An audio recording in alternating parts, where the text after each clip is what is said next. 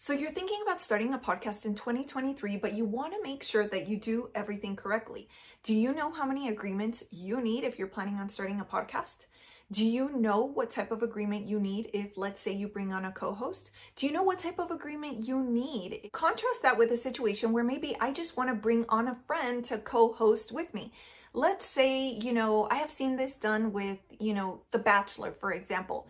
Some of the contestants have gone on to start podcasts, right? And then so in the future, they'll have a co-host, and that co-host will be one of the newer Bachelor or Bachelorette contestants. So in this situation, it's not necessarily that you are producing and then you're bringing on a brand new host. It's just that you're having somebody co-host with you. And if that is the case, you want to make sure that you also have a co-host agreement. So there we go. We've already touched on two issues and we're not even 5 minutes into this video. And so this is just to highlight the importance of having the proper contracts if you are starting a podcast. Now, if it's hard for you to wrap your head around this type of situation or for you to envision it, just think of the Tom Billieux's of the world, the Grant Cardones, the Bradleys, the Amy Porterfields. All of these people have established podcasts. And let me ask you a question. Do you think that they're continuing their work, their business journey, and their podcast episodes without having crossed their T's and dotted their I's? I think not. So I hope this video inspires you to think about the multitude of issues that could go wrong. I hope this video inspires you to think about the mistakes that podcast hosts make and that aspiring entrepreneurs make, because it's very easy to deflect and to say, well, I don't need that right now because, so-and-so is a good person. So-and-so, because it's very easy to brush off your legal needs. Like, I don't need that right now because this guest is really amazing. My podcast, co-host is really great. They would never do anything to jeopardize my situation. Or I know my content belongs to me because I'm actually speaking it. Well, unfortunately, in the law, it goes a little bit beyond that. And sometimes we need to have things in writing. Now, if this podcast was helpful, then if this episode was helpful, don't forget to catch that podcasting video right there, because I created it especially for you podcasters out there that need help with their trademarking issues. And again, scroll down into the description below if there are any agreements that you need for your podcast agreement, because guess what? They are not expensive. Scroll down into the description and there you can find what you may need. And if there's something missing, send me an email. It's always free to do so. And I'd be more than happy to include whatever it is that your podcast requires. Now that your content is all created, perhaps you want somebody who's going to edit the content for you. It is too much for you to be a lawyer and to also have a podcast and then to also edit the podcast. So maybe you want to bring on a podcast editor, an audio editor, perhaps you have it on video as well. So you want to have a contract between you and the person editing your content. You want to make sure that they are very, very clear on what it is that they are to do with your content. You want to make sure that they, perhaps keep it at a certain length. They want to know how much they're getting paid. They're not doing this for free. Now, this also begs the question, how do I protect the title of my podcast? Well, if you want to know how trademarks are involved in this entire process, make sure to check out that video right there, which I touch on in a much more specific manner, and how it relates to your podcast title and making sure that you're not creating any kind of infringement issues with the new title that you have chosen for your brand new podcast. Now, very, very, very important is the podcast guest release form.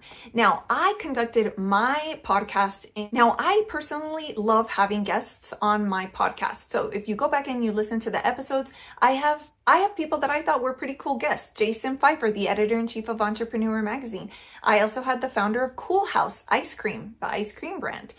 So, when I have guests on, it's important that I have a guest release form. Why? Maybe you want to even bring somebody in to help you edit your podcast. So before I dive into the 3 most crucial types of podcast contracts that you want to have, I do want you to take note of this one very important issue, and that is think about whether or not you want to be owning the content that you're creating.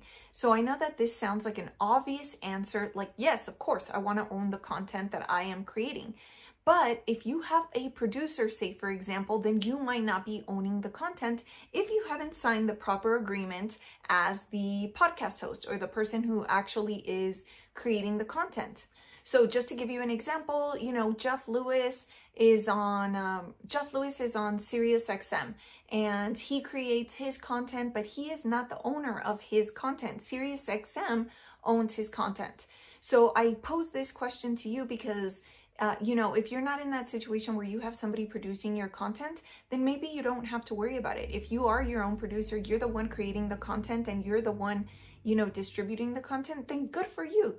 Then you're more than likely going to own the content. But let's say you bring on a co-host. This is where I want to start talking about the issues that could become greater problems in your podcasting journey if you're not careful about how you start out. So number one, let's say you want to bring on a co-host. Let's say I, Marcella, have a podcast, which I do. You can check it out right here, the AM Show for Entrepreneurs. It stands for Ambitious and Motivated. But let's say I wanted to bring on a co-host or somebody else to create the content for me, somebody who's going to interview the guests so that I don't have to do it.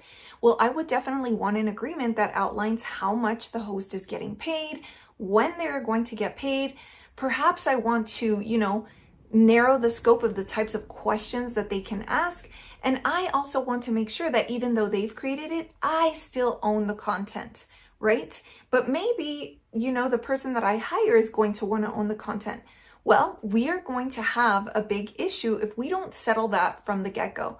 So if you want to make sure that you have the right contract, make sure you scroll down into the description before logging off of this video.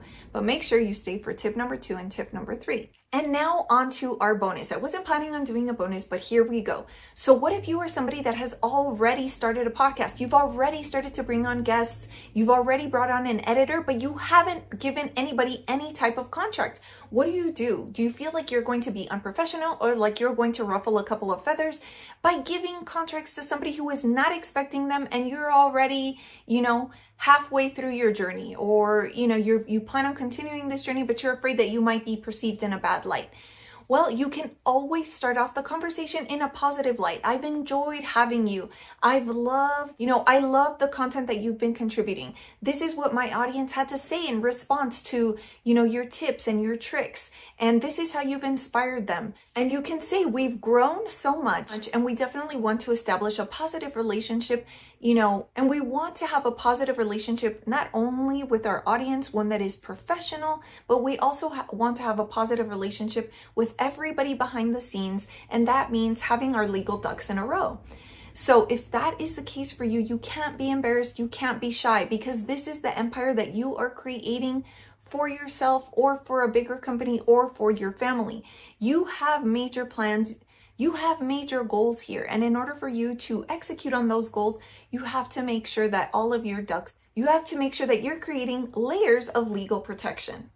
If your podcast is being released at a certain day and a certain time, every week, every month, then you want to make sure that they comply with the deadlines as well. Those are all items that you can include in the contracts with your editor. Do you know what type of agreement you need if you want to bring on a guest to your podcast?